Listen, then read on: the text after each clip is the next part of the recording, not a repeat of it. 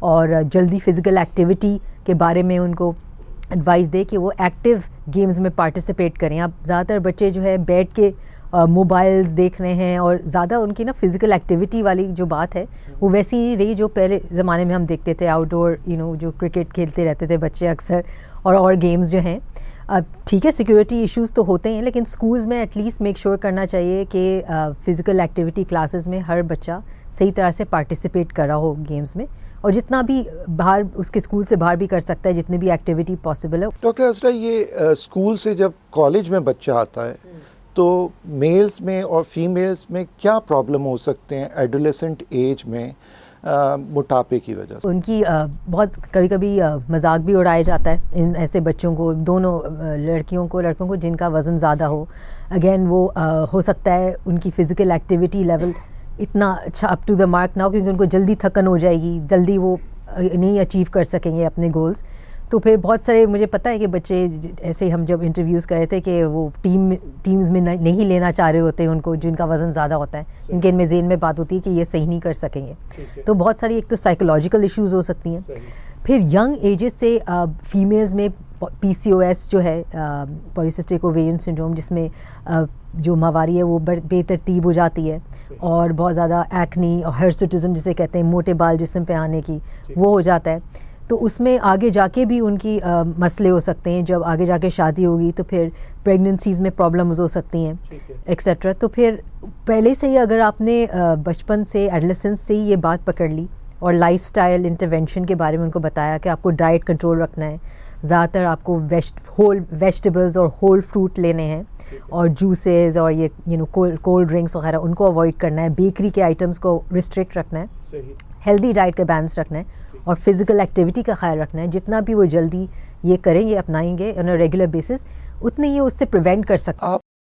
آپ نے فیمیلز کے بارے میں بتایا, میلز کو کیا پرابلم ہو سکتی؟ میز میں بھی سائیکولوجیکل ایشوز ایک ہیں, گھٹنے ہم بہت زیادہ دیکھ رہے ہیں کہ ینگسٹرز کو بھی آسٹریو آرتھرائٹس سے کہتے ہیں نا, جیسے نی پرابلمز جو بڑھاپے میں جا کے اکثر ہونی چاہیے بندے کو, ان کو ینگر ایجز میں شروع ہو رہی ہیں. ٹھیک ہے, اور ان کے بھی ڈسفنکشنز جسے کہتے ہیں, ان کی انفرٹیلیٹی ایشوز ہو سکتے ہیں میلز کو جو اوور ویٹ ہوں اور اوبیس ہوں. پھر ان کو آف کورس جیسے وکاس چاہے میل ہو فیمیل, ڈائبٹیز ہونے کے چانسز ینگر ایجز میں ذیابیطیز جلدی ہو جاتی ہے.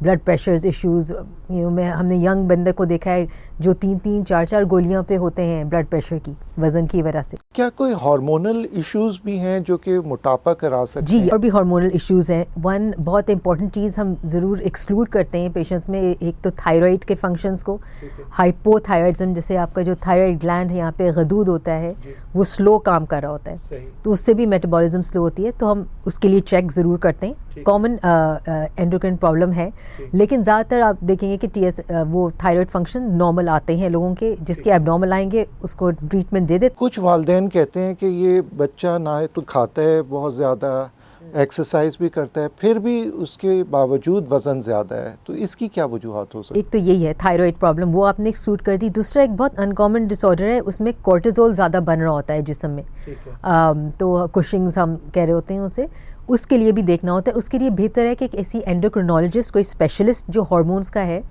ان کے پاس لے کے جایا کرے, جو میک شیور کر سکتے ہیں کچھ ٹیسٹ کے ذریعے کہ یہ مسئلہ تو نہیں ہے کہ ان کو زیادہ کورٹیزول تو نہیں جسم میں بن رہا, یا ایسے کوئی دوائیں تو نہیں لے رہے جس سے وہ زیادہ وزن ہو رہا ہے. بہت ساری دوائیں بھی ہوتی ہیں جس سے وزن زیادہ ہوتا ہے, ہومیوپیتھک حکیمی جو لوگ لے رہے ہوتے ہیں فور تھوڑی چھوٹی باتوں کے لیے, اگر وہ زیادہ عرصے تک لیتے رہیں تو اس سے بھی موٹاپا ہو سکتا ہے. تو یہ سب جو ہے ایکسکلوڈ کرنا پڑتا ہے. یس, یہ ٹائپ 2 ڈائبٹیز کے بارے میں آپ نے کہا کہ موٹاپے کی وجہ سے ہو سکتا ہے, کیا اس کی اور وجوہات بھی ہو سکتی ہیں ٹائپ 2 ڈائبٹیز؟ جی, لائف سٹائل اور یہ جو ہے انوائرمنٹل فیکٹرز جو ہیں یہ تو ایک حصہ ہے, رائٹ.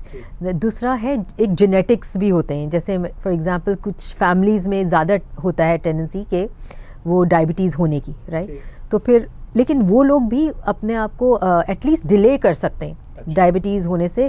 فار ایگزامپل اگر وہ طرز زندگی اپنے اچھی رکھیں, ان کی ماں باپ بہن بھائی سب کو ڈائبٹیز ہے, تو ہو سکتا ہے ان کو 60-70 عمر میں جا کے ہو, اگر ایٹ لیسٹ اپنا یوتھفل جو ایئرز ہیں جس میں وہ زیادہ پروڈکٹیو رہ سکتے ہیں, تو اس میں تو وہ ایٹ لیسٹ ہے. ٹھیک ہے, کیا نیند پوری ہونے یہ سے کوئی اس کا تعلق ہے؟ نیند نہ پوری ہو اس کے ساتھ ڈائبٹیز اور ڈپریشن کے ساتھ؟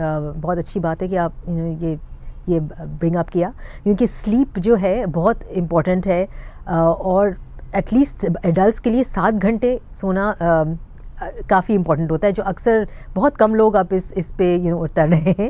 اور ون مین ریزن یہ ہے کہ وہ سیل فونس پہ بہت ان کا فوکس ہوتا ہے، تو اور اسکرین ٹائم، یہ ساری چیزیں مائنڈ ایکٹیویٹ ہو رہی ہوتی ہے. تو اکثر میں پیشنٹس کو یہ کہہ رہی ہوتی ہوں کہ اپنا سیل فون آپ دور رکھیں اپنے آپ سے، تاکہ آپ سکون سے سو سکیں. اور جاگے رہیں گے تو پھر آپ منچنگ بھی کرتے رہیں گے، بھوک بھی لگتی رہے گی، اور ایکٹیویٹی کوئی نہیں ہے. تو یہ بھی ایک فیکٹر ہے جو اوبیسٹی سے بھی لنکڈ ہے، اوور آل ہیلتھ سے تو ہے ہی وہ. تو اس میں یہ بتائیں کہ سمٹمز کیا ہو سکتے ہیں، علامات کیا ہو سکتی ہیں ڈائبٹیز کی؟ دیکھیں ڈائبٹیز کبھی کبھی تو بالکل سائلنٹلی پریزنٹ ہوتی ہے، ان کو کچھ ہوگا نہیں، لیکن جب ہوتا ہے تو زیادہ تر یورینیشن ہونا، بار بار واش روم جانا، پیاس بہت زیادہ لگنی، اور بھوک زیادہ لگنی، اور وزن گر رہا ہوتا ہے. جب ڈائبٹیز ہوتی ہے اس وقت وزن گرنا شروع ہو جاتا ہے. صحیح. اور اس کے ساتھ کوئی اور علامات؟ کچھ لوگ کہتے ہیں کہ انفیکشنز، کوئی کٹ لگ جائے ٹھیک نہیں ہوتا، ایسا بھی ہوتا ہے کیا؟ یہ ایکچولی جب شوگرز کنٹرول نہ ہو تو انفیکشنز کے چانسز تو ڈیفینیٹلی ہوتے ہیں زیادہ. ٹھیک ہے. اور کبھی کبھی فرسٹ ٹائم ہاسپٹل میں یس کوئی نمونیا کے ساتھ ایڈمٹ ہوا ہے تو پتہ چلا ہے کہ اس کو شوگرز بھی اس کو پتہ بھی نہیں ہوتا اور زیادہ ہو رہی ہوتی ہیں، تو پتہ نہیں بہت عرصے سے ہو سکتا ہے چل رہی ہو اور ان کو پتہ نہ چلا ہو. تو یس انفیکشنز ہونے کے تو چانسز زیادہ ہوتے ہیں اگر کسی کی ڈائبٹیز کنٹرول. ڈاکٹر عذرا، آپ نے علامات تو بتا دیے، اب یہ بتائیں کہ آپ نے کہا ضروری نہیں ہے علامات ہوں، چیک کرنے پہ پتہ چلتا ہے، تو کس عمر میں اب چیک کروایا جائے؟ اس میں ایشین کمیونٹی جو ہماری ہے، کیونکہ ہم ہائی رسک ہیں، ہمارے رسک زیادہ ہے ڈائبٹیز ہونے کی، اور خاص طور اگر وزن کسی کا زیادہ ہے تو کسی بھی عمر میں، چاہے وہ 15-20 سال کا بچہ ہے، اس کا وزن زیادہ ہے، اس کو شوگر کا ٹیسٹ کرانا چاہیے. شوگر، کولیسٹرول، بلڈ پریشر ان کے چیک ہونا چاہیے. لیکن جنرلی اسپیکنگ 30 سال کی عمر پہ تو شوگر چیک کر لے بندہ، کیونکہ یہ کافی ایک تو بہت زیادہ کاسٹلی ٹیسٹ بھی نہیں ہے، اور اچھا ہے کہ وہ پتہ چل جائے اس کو بندے کو.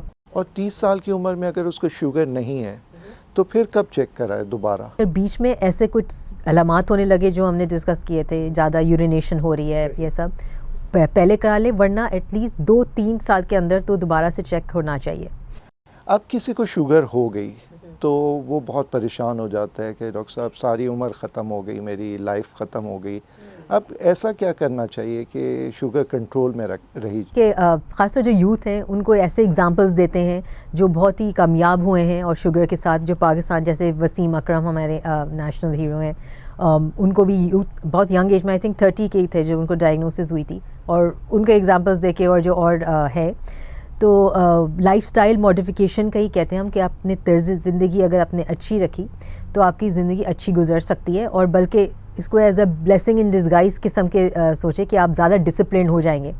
آپ کی ڈائٹ، آپ زیادہ اویئرنیس ہو گئی آپ کو کہ کیا چیزیں آپ کو کھانی چاہیے، کتنی فزیکل ایکٹیویٹی کرنی چاہیے، جو ادروائز اگر آپ کو نہیں ڈائگنوز ہوتی تو آپ اس طرح ہی کر رہے ہوتے.